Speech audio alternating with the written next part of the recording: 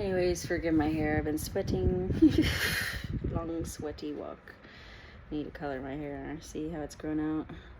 So, yeah. I colored it in April. And this is the grow out. It's already grown that much. Or actually, it was the beginning of May, so it's been about 3 months. Not quite. So, that's 3 months of growth.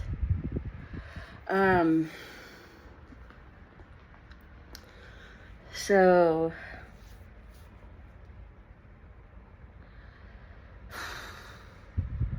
I'm trying to cool off before I head in the shower. Sometimes when you take a shower too fast, it doesn't feel good. I need to cool off a little bit. It was, I was literally being baked outside. I was being steamed like a vegetable for real. It's that hot. It's that bad out here. Even for Florida, this is a bit extreme in the heat.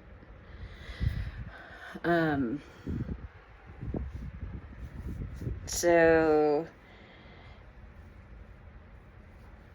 yeah, the sweat's like dripping off me still. What I was saying is, like, I'm just rewatching these because I have nothing else to do, really. So, and, you know, I have to do a few things on Monday, but, you know, I pretty much got the job. So she said she was going to try to start me next week. So that'll be good. So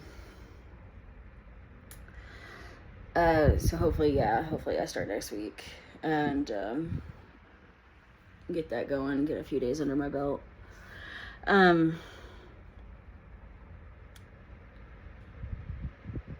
But yeah, I'm rewatching these seasons of New Jersey, and it's just like, I don't think Danielle was engaged 19 times.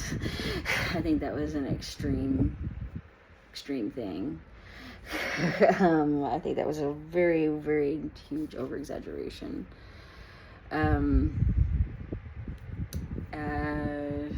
Maybe a few times, but, you know, at this point, Teresa's been engaged a few times herself. So, maybe Danielle was a few more times, but still, I mean, I don't think she was engaged 19 times. I don't think she was a prostitute. I think she was a stripper, maybe. But, I mean, you know, I know a lot of people that used to be a stripper. So, I mean, that's not illegal. Just stripping oftentimes leaving to other not so great things, sure. But I don't think she was a prostitute. So that was, I mean, and they keep calling her a prostitute and a whore and stuff, and it's just like, you know, she has minor children that are, and all their friends are watching that show, and they're watching you call their mom a prostitute and a whore and all this other crazy shit, watching you physically assault her and try to justify it and make excuses for it. And I mean, it is immature. Like, where were the husbands in any of it? Like, where were the husbands to be like, okay, no, I'm shutting this down. This is immature. This is crazy. This is stupid. This is bullshit. Like, I mean, the husbands were kind of involved, kind of not, you know?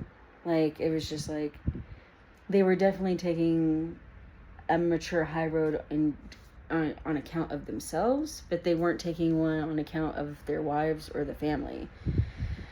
Because, and listen, I'm not saying like women can't be in control and be the mature one. It's just they clearly weren't, and they are married. So, I mean, where was their marital partner to step in and say, okay, you clearly can't be the mature one in this, so I'm going to be the mature one in this, and, you know, you're physically assaulting people. You need to get a fucking grip. Well, her daughter was. And you're running around calling her a whore and all this other stuff, and it's just like, even if she was a whore, and I don't think she was, even if she was a whore, how, I mean, you all are talking about, you know, you're playing this game of like, we have these giant houses and we have all this money and all these nice cars, and you're definitely trying to like have all these dinner parties and these house parties, trying to be classy. And it's just like, you know, it's very, very, very what they call nouveau riche. Where, I mean, yeah, you can get hood, but I mean, if you start making that kind of money and you start running in those types of circles and you're running around calling people whores and prostitutes and your children are physically assaulting them, and I mean, that's a very serious problem. And Danielle was right. She's just like, you know, she's 19, you know, she needs to nip this in the bud now, this behavior in the bud. Because trust me, if Christine, Danielle's daughter, had done that to Jacqueline or any of the other ladies, or Teresa or somebody, it'd be pitchforks. They would be like, throw her ass in jail, fuck her, blah, blah, blah. They would. And it's just like, if you would do that to her daughter, if she did it to you, what makes your kid so special? Your kid's not that special. And, you know, you spent 2 seasons of that show going on and on and on about her very, very serious behavior issues that you can't seem to get under control. Is she the worst teenager I've ever seen? Not really, but she's definitely a little smart ass. She's got a little mouth on her, or she had one. I don't know how she is now. Maybe she's a totally different person. I'm just saying, you know, hindsight 2020. You know what I mean? Not that it wasn't, you know, not that I didn't have vision then or sight then. It's just,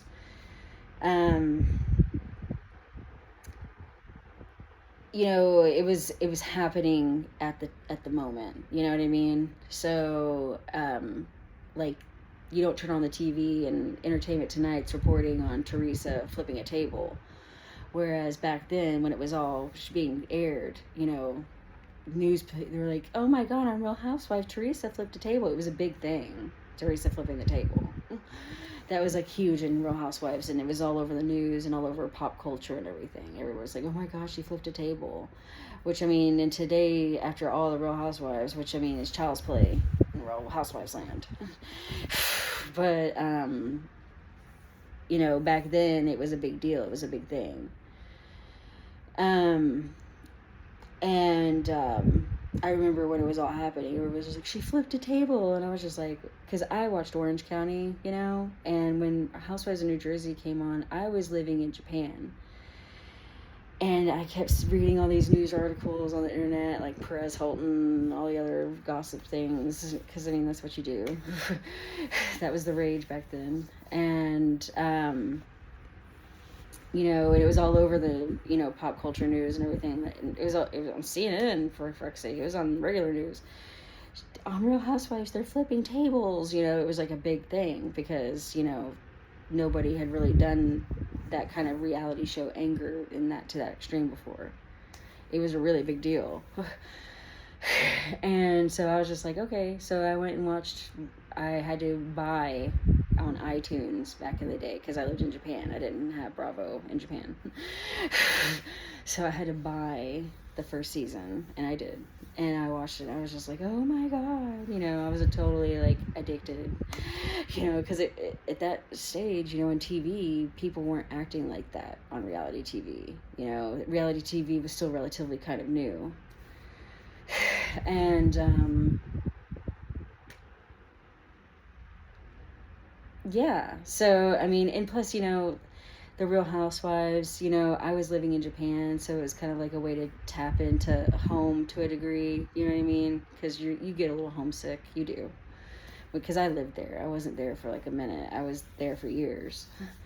And so you want things to kind of like remind you of home a little bit. You do miss home, you know, but like, because everything in Japan is so deeply Japanese. So yeah, you know, when you live there, you're deeply immersed in the culture, and that is your whole life. So I mean, it was nice to have like some TV that was American.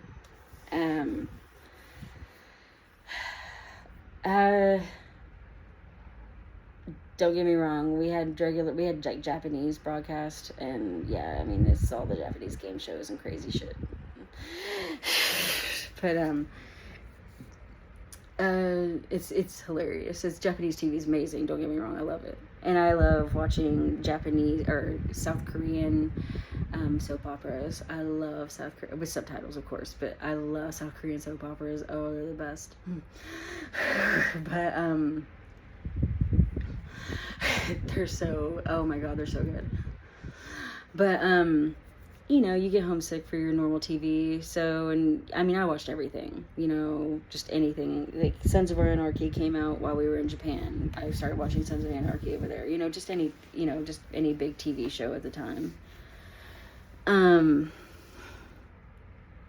I just remember, you know, watching this, and, you know, I felt like it was extreme then, you know, because I'm not really a big fan of, like, girl on girl hate just for the sake of hating somebody. You know, do I think Danielle comes off a little weird and a little awkward? Sure. And I can definitely see with how awkward she is why her daughters come off a little awkward.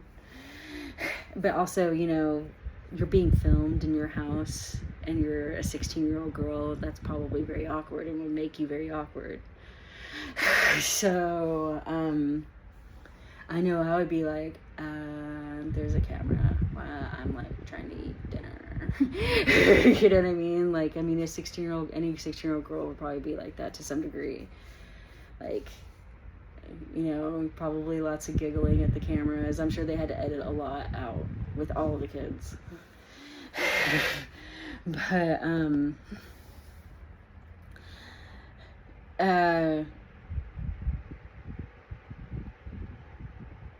I can just tell you one thing. When I was 19 years old, I was not physically assaulting my mom's friends. If I had done that, I would be praying for the police to come get me before my mom did.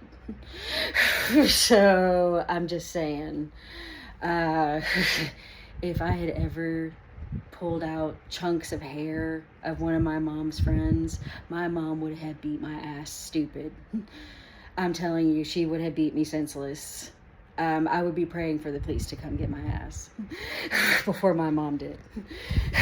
So it would be more merciful. I'm telling you. That's the kind of mom I grew up with. So, I'm just saying, you know, my mom gave me a look, and, you know, she instilled the fear of God into me. So, I mean, you know, she just gives you that look, like, you better, you know, your ass cheeks better be clenched tight. You know, you better be, yeah. That's the kind of mom I grew up with. So I would never do that. I mean, if somebody did that to me, would I do it back to them? Maybe, you know, if it got to that. But, you know, I took martial arts from like 7 years old up for a long time. I was in martial arts and kickboxing for years as a kid. And, you know, one of the first rules of martial arts, they never say this explicitly, but it's just kind of a given. You're taught that in so many ways. You don't start a fight. You just know how to finish it if someone starts with you. So, you never go in trying to start a fight. But if somebody's coming in trying to fight you all the time, you just know how to finish it. Am I always perfect in that? No. This motherfucker gets under my skin like no other. I want to fucking put him in a chokehold half the time. I don't. But, yeah, I'm not really happy with him. We are in a very bad place. But, so, I have been for months, really. But we're in a really, really bad spot right now. I cannot get him under control. He is just a fucking asshole to be an asshole, and I'm about done with it. So,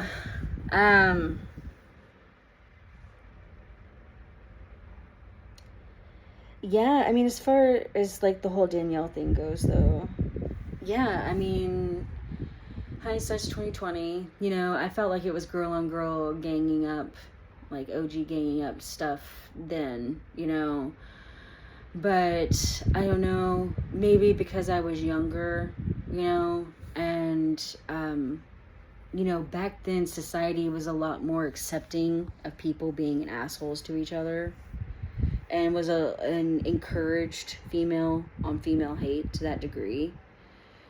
And it was a lot more highly encouraged, you know.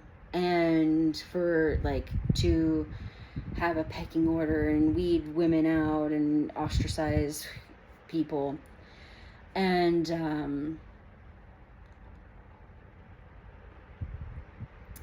you know, slut shaming was a big thing back then, you know. And it's baffling because even, and this was well after Sex and the City, you know, because this came out while I was in Japan.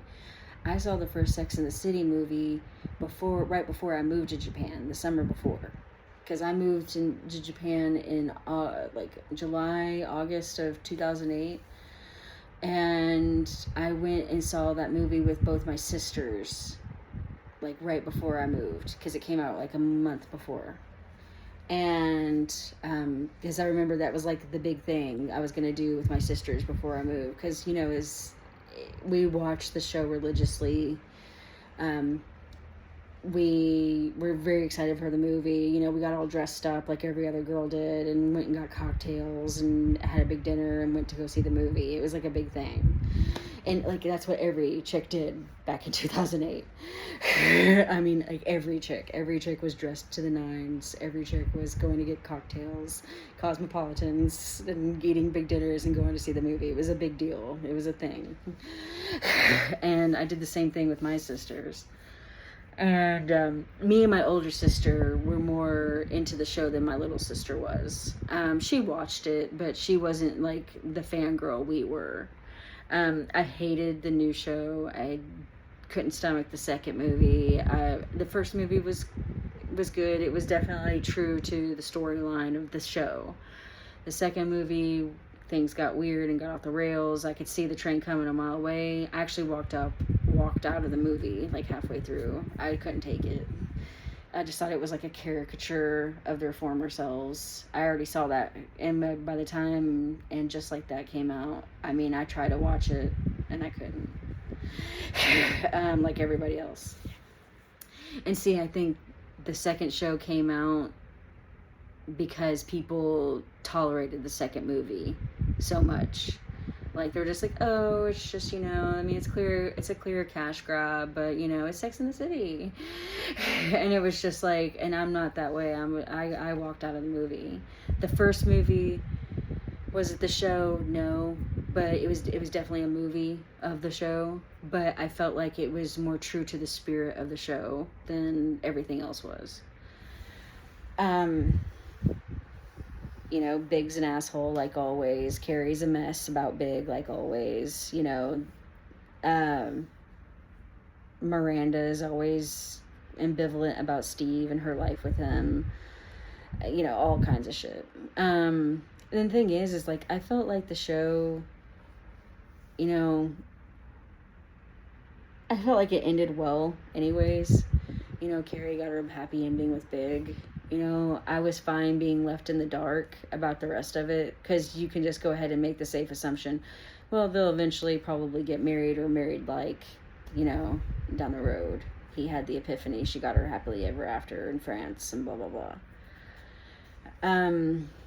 You know, was anybody surprised? Big stifter at the altar? No. But, and like all the drama and, you know, but I mean, it wouldn't be Carrie if she wasn't crying in a fucking $1 million Vivian Westwood wedding gown with a bird in her head. So, I mean, that poor dress. Because that was a badass dress. But, yeah, I digress. You know, this was after Sex and the City came out, you know, so there was a bit of a sexual female revolution getting geared up and started, you know, because Kim Cattrall's character in Sex and the City, Samantha, she was definitely, for the time when it all first came out, she was definitely an out there character. We hadn't really seen sexually liberated women on her level before, you know, before Sam came out, before Samantha came out. And, you know, like how they thought about sex and talked about sex, and, you know, for the time period was groundbreaking. now we're so used to it, it's like child's play to us now. But, for the time, it was a big deal. It was groundbreaking. It didn't age well, but it was definitely solid commentary for the time period. Some things aged well, some things didn't. Probably Carrie's their wardrobes aged better than anything, especially Carrie's. Because, honestly, you can't really say she couldn't wear any of that today and not look amazing. But, and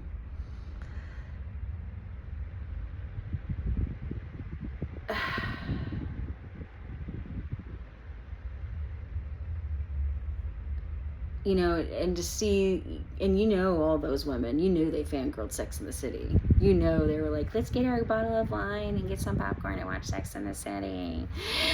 They did. Because they're New Jersey girls. Of course they did. And $10 they got dressed up and got cosmopolitans and ran out to the movie just like we did. And to see them like slut shame somebody so bad,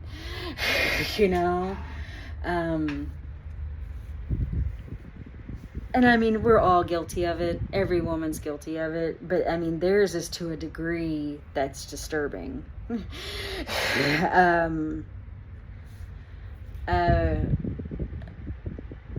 I'm not really a slut shamer, I'll call a fat bitch, but I'm thick. I don't care. I'll be like, yeah, fat bitch. Yeah. Say it back to me. I dare you. Knock you over with my titties.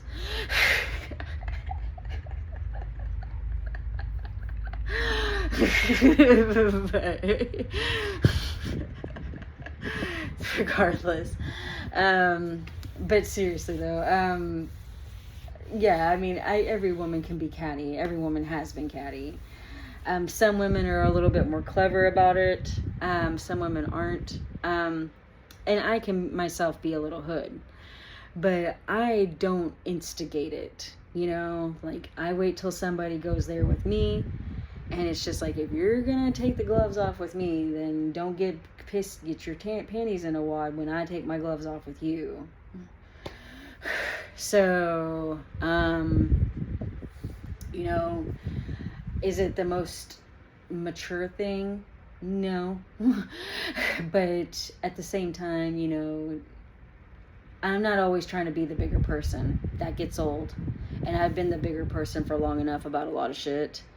And that gets old fast, it wears on you. And, the wrong person, or pretty much the wrong person, usually somebody you don't know too well, they really overstep a boundary, they really overstep a line, they go way too far with their bullshit, and they go way too petty, way too low. And, I'm not always about being the bigger person. And, sometimes I say some nasty shit, but, I'm saying this to people like it's an allegation, but a lot of all evidence points towards them, an employee with them having stolen my identity and made a fake passport and went to Ireland with it, because that's what I'm getting phone calls from Homeland Security about.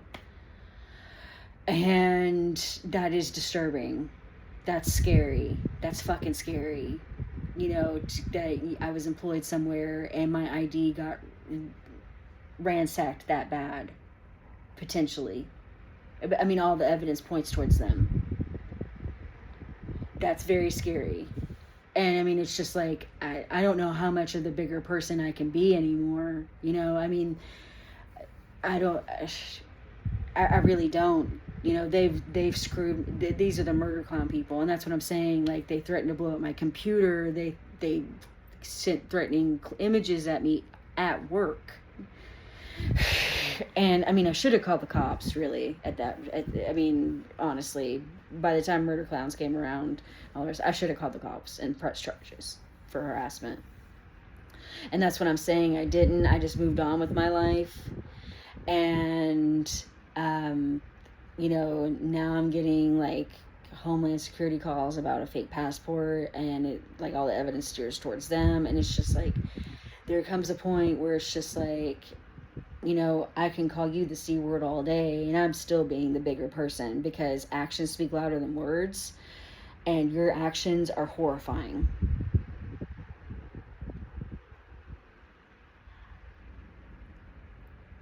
And, you know, words are an action, words matter, but in the big scheme of it all, you know, what they did in terms of like threatening me constantly and messing with my identity and all the rest of it, that is actually a horror. That's a horror movie. That's horrifying. That is beyond unacceptable. I had to write him a cease and desist, which I mean, what Ashley did to Danielle, that's way beyond cease and desist, baby. That's, you know, she's getting criminal charges. Clearly she got them in a restraining order.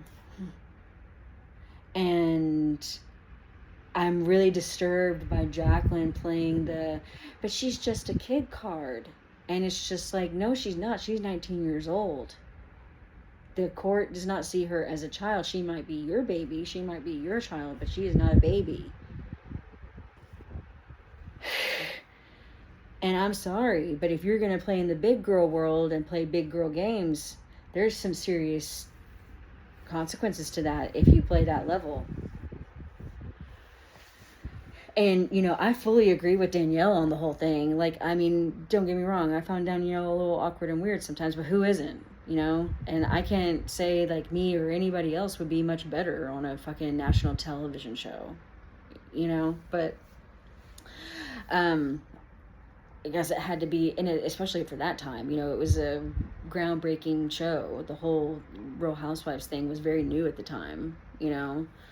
And, I think it was the third franchise, because the only ones that had been before were Orange County and Georgia.